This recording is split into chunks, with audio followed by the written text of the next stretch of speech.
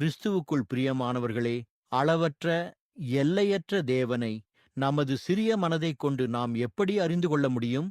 அநேகருக்கு வேதாகமத்தை வாசிப்பது சலிப்பைத் தரும் ஒரு செயலாக இருக்கிறது. ஆனால் தேவனை புரிந்து கொள்ளவும் அவரோடு உள்ள உறவை நிலைநிறுத்தவும் தேவன் நமக்கு கொடுத்த ஒரே வழி அவருடைய வார்த்தையாகிய வேதாகமம் மட்டுமே. வேதாகமத்தை நாம் ஏதோ ஒரு கதை புத்தகத்தைப் போலவோ வெறும் தகவல்களை தெரிந்து கொள்வதற்காகவோ வாசிக்கக்கூடாது. மாறாக தேவனை அறியவும் அவருடைய மகிமையைக் காணவும் வாசிக்க வேண்டும். இரண்டாவதாக, நமது சொந்த அறிவைச் சார்ந்து வேதத்தை புரிந்து கொள்ள முடியாது. நமது மனதை பிரகாசிப்பிக்கிற பரிசுத்த ஆவியானவரின் துணையோடு ஜெப சிந்தையுடன் வேதத்தை அணுக வேண்டும். மூன்றாவதாக, வேத வாசிப்பு என்பது கடின உழைப்பைக் கோரும் ஒன்று.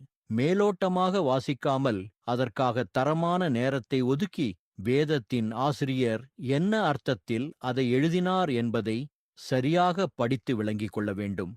தேவன் எல்லா மேன்மைகளுக்கும் ஞானத்திற்கும் அன்பிற்கும் ஆதாரமானவர். அவரை அறிந்து கொள்வதே நமது வாழ்வின் மிகப்பெரிய ஸ்லாக்கியம். ஆகையால் ஒவ்வொரு நாளும் வேத வசனங்களை ஊக்கத்துடன் ஆவியானவரின் துணையோடு ஆராய்ந்து படிப்போம். அப்படிச் செய்யும்போது இந்த உலகத்தில் தேவனுடைய மகிமையால் கவரப்பட்டு அவருக்கு பிரியமான பக்தியுள்ள ஜீவியம் செய்ய தேவன்தாமே நமக்கு உதவி செய்வார். ஆமேன்.